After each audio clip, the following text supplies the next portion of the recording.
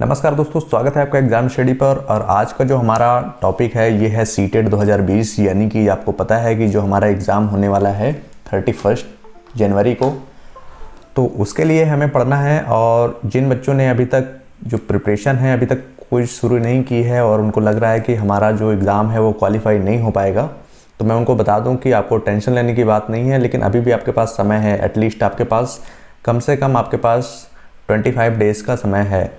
और ये समय आप बिल्कुल भी अब वेस्ट मत करिए, क्योंकि ये जो समय है अब इससे ज़्यादा आपको समय मिलने वाला नहीं है। तो जो भी आपको प्रिपरेशन करनी है सारी अच्छे से करनी है, क्योंकि आपको पता है कि 5 सेक्शन हैं और पाँचों सेक्शन को आपको अच्छे से प्रिपेयर करना है। तो सबसे पहले आपको क्या करना है कि जो हमारे प्रीवियस ईयर पेपर है मैं आपको कराऊंगा सारे, और वो आप घर में भी ट्राई करिए, क्योंकि ज़्यादा से ज़्यादा जितने आप प्रैक्टिस पेपर आप सॉल्व करेंगे आपको उतना ही ज़्यादा बेनिफिट होगा। क्योंकि सीटेट का जो पैटर्न है आपको पता है कि जो हमारा क्वेश्चन पूछने का तरीका है उसमें जो पेडागॉजी है वो एटलीस्ट 90% पेडागॉजी आती है।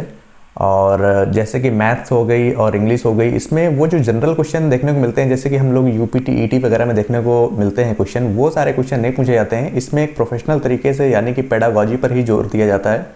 तो वो सारी चीज़ें मैं आपको कराऊंगा।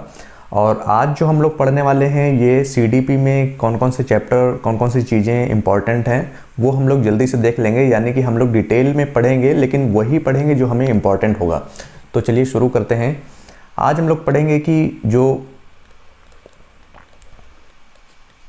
विकास की अवधारणा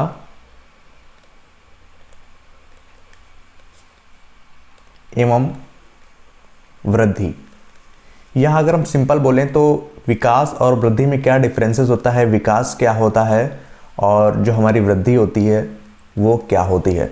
तो चलिए शुरू करते हैं और पॉइंट वाइज हम लोग देखेंगे इसको कि हमारा जो वृद्धि होती है वो क्या होती है और विकास होता है वो क्या होता है।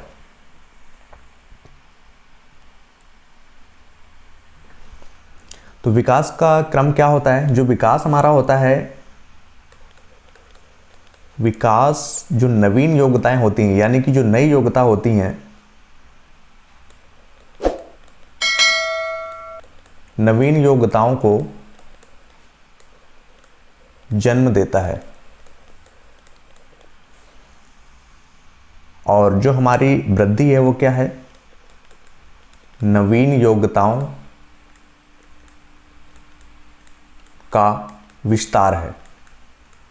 यानी कि जो हमारा विकास है, विकास क्या होता है, विकास हमारा जैसे कि हम लोग बोलते हैं कि मानसिक विकास मुख्यतः क्या होता है, मानसिक होता है। और वृद्धि होती है, वृद्धि शारीरिक होती है, हाथ पैर बढ़ते हैं। और बच्चे की जो वृद्धि होती है वो शारीरिक होती है। और विकास होता है, विकास जो है एक जीवन पर्यंत चलने वाली प्रक्रिया है, यानी कि जन्म से लेके मृत्यु तक जीवन पर्यंत चलती रहती है। और अगर हम कहें कि जो विकास होता है, विकास गुणात्मक होता है, ये पॉइंट बहुत ज़्यादा इंपॉर्टेंट है। विकास गुणात्मक होता है और यहीं पर जो वृद्धि होती है हमारी, वृद्धि मात्रात्मक होती है। वृद्धि जो होती है मात्रात्मक होती है, विकास हमारा गुणात्मक होता है। यानी कि हम कह सकते हैं, तीसरा पॉइंट हम कह सकते हैं कि ये जो विकास है ये क्या है, अमूर्त है। और जो हमारी वृद्धि है वो क्या है, मूर्त है। इसका स्वरूप कैसा है, मूर्त है। और जो हमारे विकास का स्वरूप है ये क्या है, अमूर्त है। चौथा पॉइंट कह सकते हैं कि ये गुणों से संबंधित है, यानी कि जो गुण हमारी क्वालिटी होती है वो विकास पर डिपेंड करता है, क्योंकि ये मानसिक होता है। उसका मानसिक विकास कैसा हुआ और वो किस माहौल में उसका पालन पोषण हुआ, ये सारी चीज़ें उसके मानसिक विकास पर डिपेंड करता है। उसके गुण कैसे हैं, उसकी क्वालिटी कैसी हैं, ये सारी चीज़ें उसका विकास पर डिपेंड करता है। और अगर हम यहीं पर बात करें वृद्धि की, तो वृद्धि में शारीरिक अंगों से जुड़ी हुई हैं, यानी कि जो वृद्धि होती है वो उन्हीं अंगों में होती है। तो जीवन पर्यंत चलने वाली प्रक्रिया हमारी विकास है। वृद्धि कुछ समय बाद क्या होता है कि जो वृद्धि होती है कुछ समय बाद रुक जाती है, जैसे कि दांत का निकलना, हाथ पैर बढ़ना और जैसे कि लंबाई वगैरह बढ़ना, ये कुछ समय के बाद रुक जाती है। वृद्धि जो होती है कुछ समय के बाद रुक जाती है, लेकिन विकास, क्योंकि सीखना क्या है, एक जो हमारी मानसिक क्रिया है, सीखते हम लोग जीवन पर्यंत हैं, हम लोग जीवन पर्यंत सीखते रहते हैं। तो कहीं ना कहीं जो विकास होता है, विकास हमारी जीवन पर्यंत चलने वाली प्रक्रिया है। और विकास की अगर हम यहीं पर बात करें तो हम कह सकते हैं कि विकास में कुछ हमें परिवर्तन देखने को मिलते हैं। विकास में हमें कौन कौन से परिवर्तन देखने को मिलते हैं, जैसे कि स्थायी दांत आना,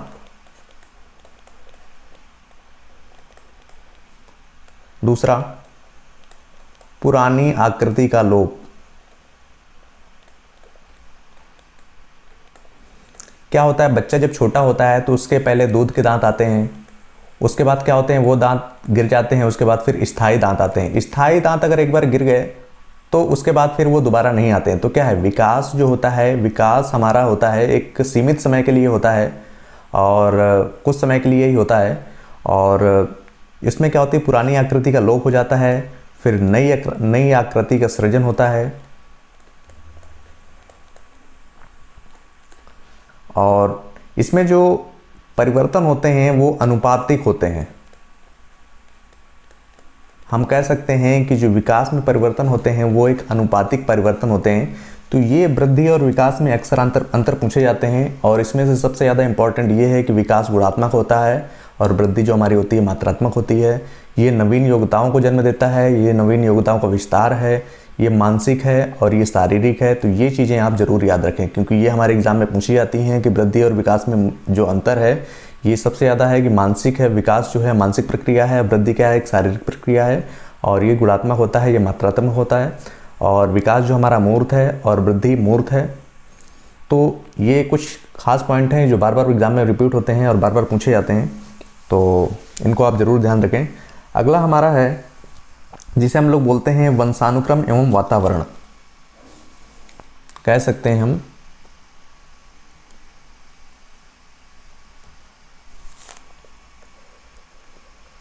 वंशानुक्रम एवं वातावरण। वंशानुक्रम आप जानते होंगे, एक वंश से दूसरे वंश में, यानी कि जेनेटिक जिसे बोलते हैं, और वातावरण आपका जो एटमॉस्फेयर होता है।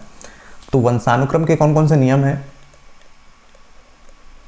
वंशानुक्रम के नियम, वंशानुक्रम के नियमों की चर्चा करेंगे। जैसे कि पहला हमारा होता है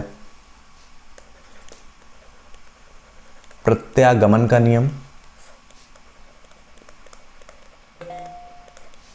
दूसरा हमारा होता है अर्जित गुणों के वितरण का नियम, जिसे लैमार्क ने दिया था।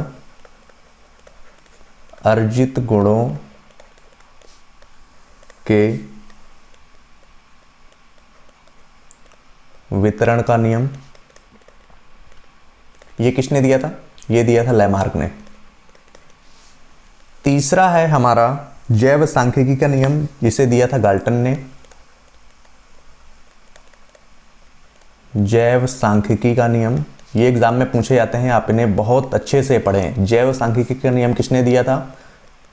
तो क्योंकि एक क्वेश्चन से कई सारे क्वेश्चन फ्रेम हो सकते हैं, अलग अलग प्रकार से पूछे जा सकते हैं। जैव सांख्यिकी का नियम किसने दिया था? गाल्टन ने दिया था। अर्जित गुणों की वंशा वितरण का नियम किसे दिया था? लैमार्क ने दिया था।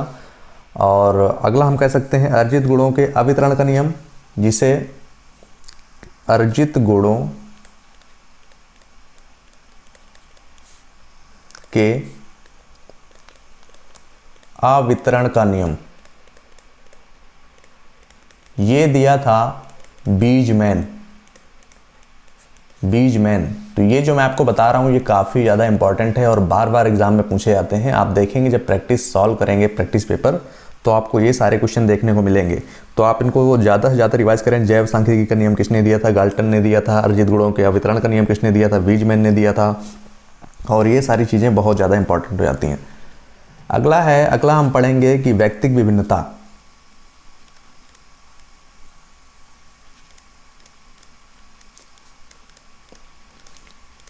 व्यक्तिक विभिन्नता के बारे में आप सभी परिचित होंगे और जानते होंगे कि व्यक्तिक विभिन्नता क्या होती है। मैं आपको फिर भी बता देता हूँ। आप देखते हैं कि हर एक व्यक्ति में, हर एक बच्चे में जो गुण होते हैं वो सभी में अलग अलग होते हैं। यानी कि कोई ए है बच्चा है, कोई बी है, इसकी जो क्वालिटी होगी इससे काफ़ी ज़्यादा डिफरेंसेस होंगे। तो हर व्यक्ति में अलग क्वालिटी होती है। किसी में याद करने की क्षमता किसी की कम होती है, किसी की ज़्यादा होती है, तो हम हर बच्चे को समान नहीं मान सकते हैं। सभी में जो क्वालिटी होती हैं वो अलग होती हैं, सभी की क्वालिटी अलग अलग होती हैं, सभी में जो कैपेसिटी होती है वो भी सबकी अलग अलग होती है। तो हर व्यक्ति की अपनी एक विभिन्नता है। हम कह सकते हैं कुछ हमारी डेफिनेशन है जिनको आप याद रखें। पहली है, जन्म के समय बालक समान होते हैं।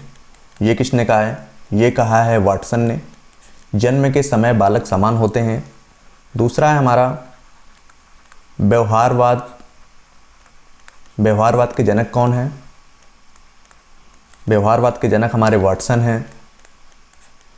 जन्म के समय बालक समान, ऐसा किसने कहा? वाटसन ने कहा। व्यवहारवाद के जनक कौन हैं? ये वाटसन हैं। और इनकी एक बुक है जिसे कहते हैं द बिहेवियरिज्म। ये किसने लिखी है? ये भी हमारे वाटसन ने लिखी है, और ये बुक्स जो है बहुत बार पूछी भी जाती है। अगला है हमारा कि मनोविज्ञान। मनोविज्ञान के सिद्धांत नामक पुस्तक किसने लिखी? मनोविज्ञान के सिद्धांत नामक पुस्तक किसने लिखी? तो ये लिखी है विलियम जेम्स। विलियम जेम्स किसने लिखी है? विलियम जेम्स ने। मनोविज्ञान के सिद्धांत नामक पुस्तक किसने लिखी है? विलियम जेम्स ने लिखी है। और अगर यहीं पर आपसे क्वेश्चन पूछ लेता है कि भारत में प्रथम मनोवैज्ञानिक प्रयोगशाला कहाँ पर स्थापित की गई थी? भारत में प्रथम मनोवैज्ञानिक प्रयोगशाला कहाँ पर बनी थी? तो आप आंसर टिक करेंगे कोलकाता। कोलकाता। कोलकाता में पहली जो मनोवैज्ञानिक प्रयोगशाला थी वो कहाँ पर स्थापित की गई थी? ये करी गई थी कोलकाता में। तो कोलकाता आप आंसर टिक करेंगे। पहली प्रयोगशाला भारत में कोलकाता में। मनोविज्ञान के सिद्धांत नामक पुस्तक लिखी है विलियम जेम्स ने। द बिहेवियरिज्म के व्यवहारवाद की जो बुक है वो लिखी है वाटसन ने। व्यवहारवाद के जनक कौन है? वाटसन। आप ऐसे याद रख सकते हैं कि व्यवहारवाद के जनक कौन है? वाटसन। और बिहेवियर मतलब क्या होता है? हमारा व्यवहार। तो बिहेवियरिज्म के द बिहेवियरिज्म जो बुक है वो किसने लिखी है? वाटसन ने, क्योंकि व्यवहारवाद के जनक हैं। जन्म के समय बालक समान होता है, ऐसा किसने कहा है? ऐसा कहा है वाटसन ने। तो ये जो लाइन है ये बहुत ज़्यादा इंपॉर्टेंट हैं, बहुत बार एग्जाम में पूछी गई हैं, तो आप इनको बहुत अच्छे से पढ़ें। अगला है हमारा, अगला पूछा जाता है कि जो हमारे मूल प्रवर्तनात्मक व्यवहार होते हैं, जो मूल प्रवर्तनात्मक व्यवहार होते हैं, ये किसने कहा है? ये कहा है मैकडूगल ने। मैकडूगल मूल प्रवर्तनात्मक व्यवहार की जो थ्योरी दी है किसने दी है? मैकडूगल ने दी है। और मैकडूगल से एक चीज़ और संबंधित है, प्रेरकीयवाद। प्रेरकीयवाद के जनक कौन है? ये भी मैकडूगल हैं। प्रेरकीयवाद के जनक कौन है? मैकडूगल हैं। और एक हमारा क्वेश्चन आता है, प्रथम मनोविज्ञानशाला की स्थापना किसने की थी? तो ये की थी एन सेन गुप्ता। एन सेन गुप्ता ने पहली मनोविज्ञानशाला की स्थापना की थी।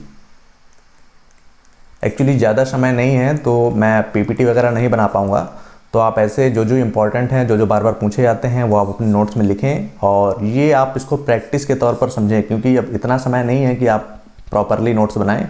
तो आप अपने नोट्स में लिखें, क्योंकि एग्ज़ाम टाइम आप इनको एक बार एक नज़र डाल सकें और इनको बार बार रिवीजन करें, क्योंकि यही सारी चीज़ें पूछी जाती हैं। उसके बाद क्वेश्चन पूछा जाता है कि बहुशक्ति, जो बहुशक्ति सिद्धांत है,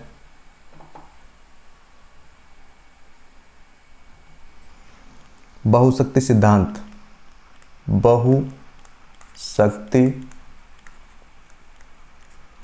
बहुशक्ति सिद्धांत है, उसके जनक कौन है? उसके जनक है थॉर्नडाइक। बहुशक्ति सिद्धांत के जनक कौन है? थॉर्नडाइक। बहुशक्ति के सिद्धांत के जनक कौन है? थॉर्नडाइक। बार बार इनको आप याद रखें। मनुष्य को जो कुछ बनना होता है शुरू के 4-5 साल में ही बन जाता है, ऐसा किसने कहा था? मनुष्य को जो कुछ बनना होता है शुरू के 4-5 साल में ही बन जाता है। ऐसा किसने कहा है? ऐसा कहा है सिगमंड फ्रायड। सिगमंड फ्रायड ने क्या कहा है कि बच्चे को या मनुष्य को जो कुछ बनना होता है शुरू के जो 4-5 साल होते हैं उसी में वो बन जाता है। ऐसा कहा है सिगमंड फ्रायड ने। और सिगमंड फ्रायड एक मनोविश्लेषणवाद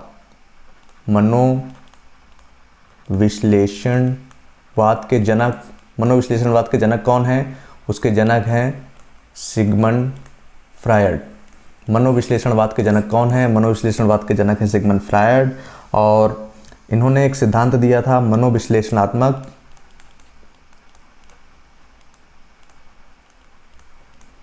मनोविश्लेषणात्मक उपागम का प्रतिपादन किसने किया था? उसका प्रतिपादन भी किया था सिगमंड फ्रायड ने। मनोविश्लेषणात्मक उपागम का प्रतिपादन किसने किया था? सिगमंड फ्रायड ने। और ये अगर इनकी बात करें कहाँ के थे ये, तो ये थे ऑस्ट्रिया के मनोवैज्ञानिक थे ऑस्ट्रिया के। तो सिगमंड फ्रायड ऑस्ट्रिया के मनोवैज्ञानिक थे। इन्होंने मनोविश्लेषणात्मक उपागम का प्रतिपादन किया। मनोविश्लेषणवाद के जनक कौन है? फ्रायड हैं। और मनुष्य को जो कुछ बनना होता है शुरू के 4-5 साल में बन जाता है, ऐसा किसने कहा था? सिगमंड फ्रायड ने ही कहा था। और बहुशक्ति का सिद्धांत किसने दिया? थॉर्नडाइक ने दिया। अगला है कि संज्ञानात्मक क्षेत्र का सही क्रम क्या होता है? ये बहुत बार एग्जाम में पूछा गया है। आप देखेंगे आपको कई बार देखने को मिलेगा।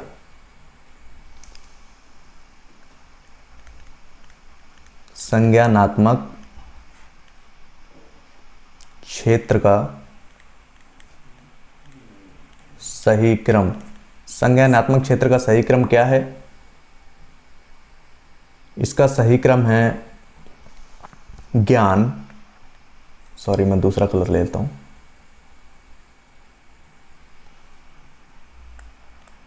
ज्ञान के बाद आता है फिर अवबोध।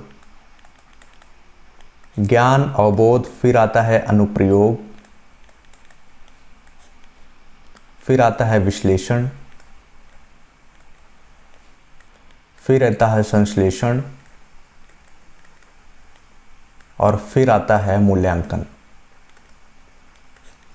आप ये समझ लीजिए कि इस क्वेश्चन से आपका एक क्वेश्चन 100% सही होने वाला है। आप देखेंगे जब आप प्रैक्टिस पेपर सॉल्व करेंगे या आपने किया होगा तो आपने देखा होगा कि ये क्वेश्चन बहुत बार, यानी कि मोस्ट इंपॉर्टेंट क्वेश्चन है ये। संज्ञानात्मक क्षेत्र का सही क्रम क्या है?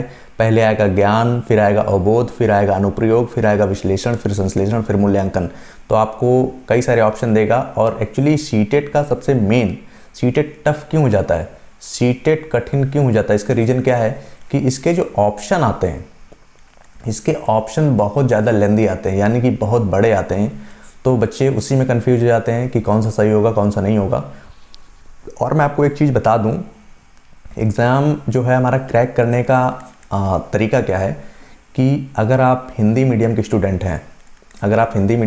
हैं, तो कई बार क्या होता है कि जो लैंग्वेज होती है, जो हमारी हिंदी लैंग्वेज होती है, वो कई बार हमें समझ नहीं आती है। तो आप जब भी पढ़ें, एक्चुअली हमारे पास टाइम तो ज़्यादा नहीं होता है क्योंकि पेडागॉजी पूरे पेपर में भरी पड़ी होती है। तो जो लैंग्वेज होती है हिंदी, उसको अगर आपको समझ नहीं आ रही तो आप एक बार क्या करें कि एक बार आप इंग्लिश ज़रूर देखें। क्योंकि क्या होता है, कभी कभी क्वेश्चन हमें हिंदी में नहीं आ रहा होता है और इंग्लिश में आ जाता है। मैंने भी देखा है, मैंने खुद ये महसूस किया है और मैंने भी एग्ज़ाम दिया है इससे पहले। तो एक्चुअली क्या होता है, कभी कभी क्वेश्चन हमें हिंदी में नहीं आ रहा होता है और इंग्लिश में वही चीज़ आ जाती है, या तो फिर हमें इंग्लिश में आ रही होती है, इंग्लिश में नहीं आ रही होती है और हिंदी में आ जाती है। तो आप दोनों लैंग्वेज पर नज़र डालें, ठीक है, और आसानी से आप कर पाएंगे। और एक चीज़ और है कि आप एग्ज़ाम में जब एग्ज़ाम देंगे तो आपको किन किन बातों को ध्यान में रखना है। सबसे पहली बात कि आपको जो बच्चे हैं, बच्चों पर आधारित ही आंसर देने हैं आपको, और किसी भी तरह का दंडात्मक या आपको इस तरह का आंसर आपको टिक नहीं करना है। और ये आप बिल्कुल भी, ये जो आप तुक्के वाला है कि कौन सा सही होगा, क्योंकि बहुत सारे बच्चे मेरे से बोलते हैं कि सर जब कुछ ना आए तो आप सी नंबर ऑप्शन टिक कर दीजिए, ऐसा कुछ नहीं है। ऐसा ये सब एक कोइंसिडेंस होता है, हालांकि ये लागू नहीं होता है। तो आप सारे क्वेश्चन के आंसर जल्दी से पढ़ें और अच्छे से पढ़ें, और जल्दबाजी में कई बार आते हुए क्वेश्चन में गलत हो जाते हैं, तो आप इन चीज़ों को ध्यान रखें। तो ये क्वेश्चन बहुत ज़्यादा इंपॉर्टेंट है कि ज्ञान, अवबोध, अनुप्रयोग, विश्लेषण, संश्लेषण, मूल्यांकन, आप इनको एकदम रट डालिए इसको।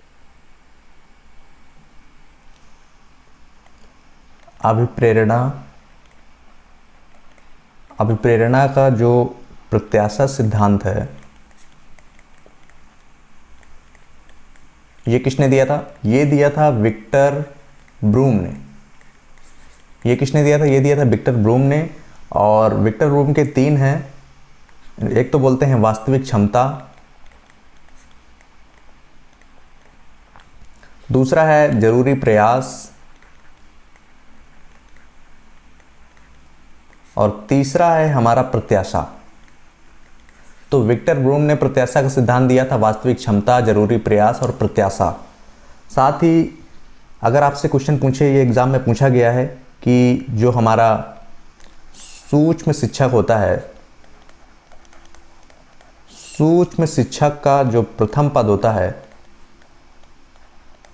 वो क्या होता है? सूक्ष्म शिक्षक का जो प्रथम पद होता है जिसे बोलते हैं, तो सूक्ष्म शिक्षक का जो प्रथम पद होता है उसे बोलते हैं योजना बनाना। योजना बनाना, ये भी हमारा इम्पॉर्टेंट है। सूक्ष्म शिक्षक का जो प्रथम पद होता है वो होता है योजना बनाना। योजना बनाना, ये कई बार एग्जाम में पूछा गया है, तो आप इसको भी याद रखें। तो आज के लिए इतना ही। आप इसको अच्छे से प्रैक्टिस करें। अगर आपको किसी भी तरह का डाउट होता है तो आप कमेंट सेक्शन में जाके पूछ सकते हैं, या आप हमारे व्हाट्सएप ग्रुप से भी ज्वाइन हो सकते हैं, साथ ही फेसबुक पेज से भी आप ज्वाइन हो सकते हैं। ओके, थैंक यू गाइस, मिलते हैं नेक्स्ट वीडियो में। तब तक के लिए